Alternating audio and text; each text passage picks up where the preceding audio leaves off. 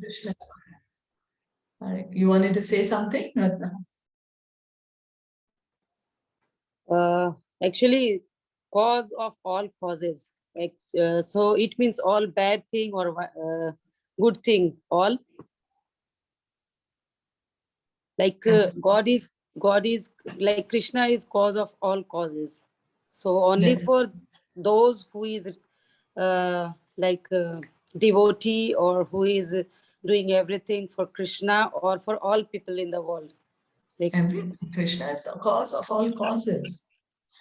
He's the original cause. Why do we exist? We exist because Krishna exists. Why does the material world exist? Why? Because Krishna created it. Why does spiritual world exist? Why? Because Krishna created it. Why does anything exist? Because Krishna exists. He's the cause of all causes. You know, why do we exist? If we question, why am I existing? Well, we are existing because Krishna exists. So he's the original cause of all causes. Okay, thank you. Yeah, thank you. Thank you. So we are going to begin. We are going to continue reading from Teachings of Queen Kunti. We are on prayer number 25, which is from Srimad Bhagavatam 1.8.42.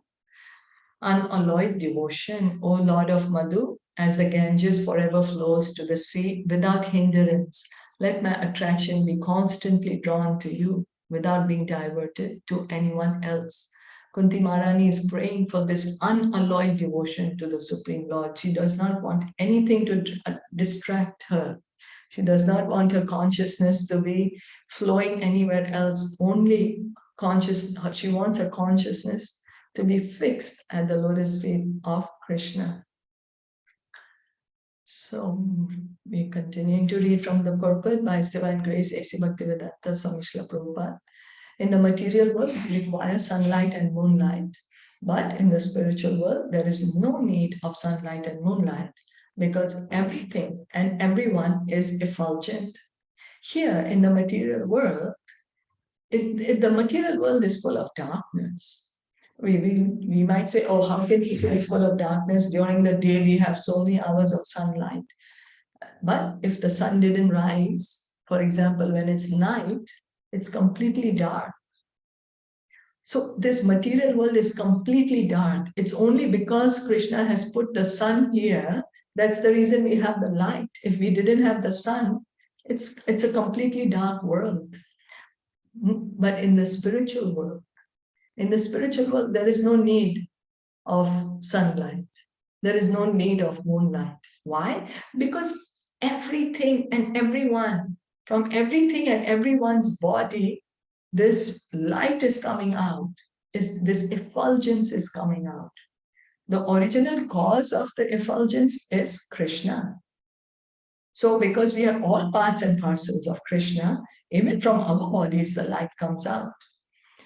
Spiritual bodies. But Krishna is unlimited. So from his body comes out unlimited light. We are tiny, Anu. So tiny amount of light comes from our body. That's the difference. Krishna is Vibhu, we are Anu.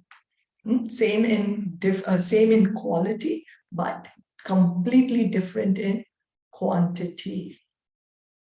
So in the spiritual world, everything and everyone is effulgent. In Krishna Lila, Krishna stole butter. And the neighborhood friends of Mother Yashoda complained. Actually, they were not complaining, but were just enjoying the bodily features and the fun of Krishna. They told Mother Yashoda, your son comes to our house and steals butter. We try to conceal it in the dark so that he cannot see it. But somehow he still finds it out. You had better take away all his ornaments because we think that the light of his jewels help him find the butter pot. Mother Yashoda replied, yes, I will take off all his ornaments. But the neighbors would reply, oh no, it's useless. Somehow this boy has an effulgence that comes out of himself. He can find the butter even without the ornaments. Thus, the transcendental body is effulgent. So Krishna's form is completely transcendental, is spiritual. So from his form, this light is coming out. And when we revive our original spiritual forms, also we will have a form in which this light comes out. Again, but we have to understand, completely different in quantity. We can't compare ourselves to Krishna in quantity. In quality, we are the same, but very different in quantity. So the pastime, this beautiful pastimes where the gopis are complaining to Mother Yashoda, oh, your son, he's just stealing our yogurt every day. We are trying to hide it, and he's still coming to steal it. We hide it in the dark, and yet he finds it. We think it's because of the jewelry that he's wearing.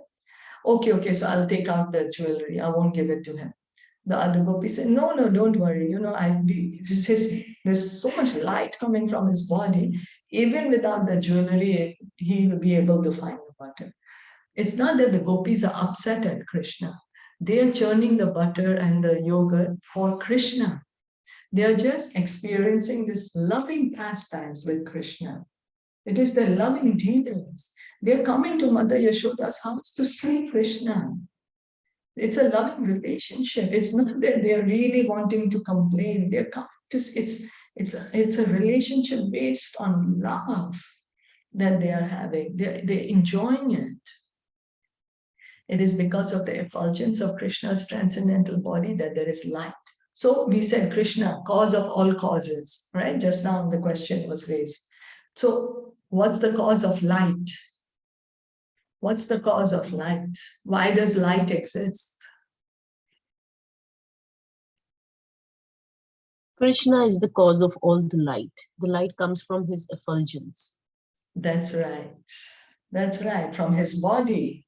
The light is coming from his body. So that's why there is light. That's the original light, the Brahmajyoti. And then the sun is getting the light from the Brahmajyoti. Yeah. So whatever light we see is simply borrowed light from Krishna's effulgence. All the light we see is borrowed, it's coming from the body of Krishna. As we see in this material world, why? Why do we have light? This light is coming from the sun planet. So from the sun planet, the sunshine has come. Similarly, from Krishna's body, this light is coming, Brahmajyoti, Brahman effulgence. As stated in the Brahma Samhita 5.40, Yasya Prabha Prabhavato Jagat Andakoti Koteshva Ashesha Vasudhadi Vibhuti Bhinnam Tad Brahma Nishkalam Anantam Ashesha Bhutam Govindam Adi Purusham Tam Aham Bhajami. In the millions and millions of universes, there are innumerable planets, and each of them is different from the others by its cosmic constitution. All of these planets are situated within the spiritual effulgence called the Brahmajyotir. This Brahmajyotir is the bodily effulgence of the Supreme Personality of Godhead, whom I worship.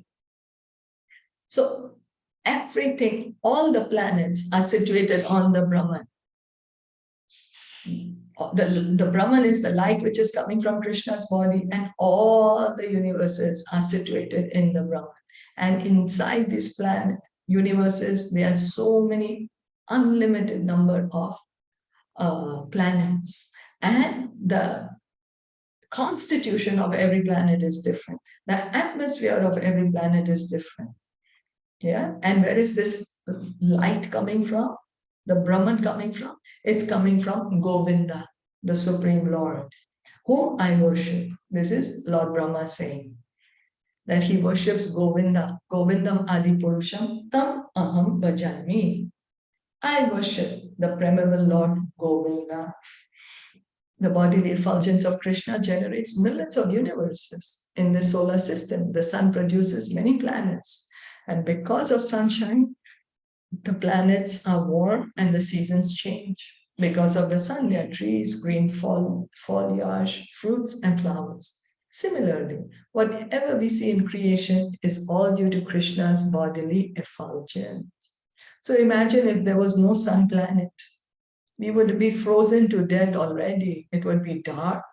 We won't be able to survive the cold temperature. So the sun, one planet, is sustaining the entire universe. There are innumerable planets on this universe, and the sun planet is sustaining it. And where is this sun getting the light from? It's getting from the Brahman, it's getting from Krishna. Krishna says, I'm the light of the sun and moon. He's saying it. So this light which is coming from the sun, that's Krishna. The light which is coming from the Brahman effulgence, that's Krishna. It's the light coming from Krishna's body. It's his body. And so all the creation that we are seeing is due to this light which is coming from Krishna's body, the Brahman effulgence, the Brahma Jyoti. Brahman. Yeah. Everything is situated on the Brahman. Everything is situated on the Brahman. And what is the Brahman? Brahman is the light which is coming from Krishna's body. The Mayavadis simply see the effulgence, which is impersonal. They cannot see anything more. We may see an airplane rise in the sky, but after a while, it passes out of our sight due to the dazzling sunshine. The airplane is there, but we cannot see it. Similarly, if we simply try to see the effulgent Brahma Jyoti, we are unable to see within it. One of the mantras in the Sri Isopanisad therefore petitions the Lord to wind up his effulgence so that he can be seen properly. So now when the sun is shining bright, the sunlight is so bright. Can we see through the sunshine? If I'm trying to see through the sunshine, I can't see it. Why? Because the sunshine is so dazzling to my eyes, I can't see anything else except the light. I don't know if you'll have tried, just look into the sunshine and it's like so at its brightest. So Prabhupada is giving the example of the plane. We can't even see the plane. But does it mean the plane is not there?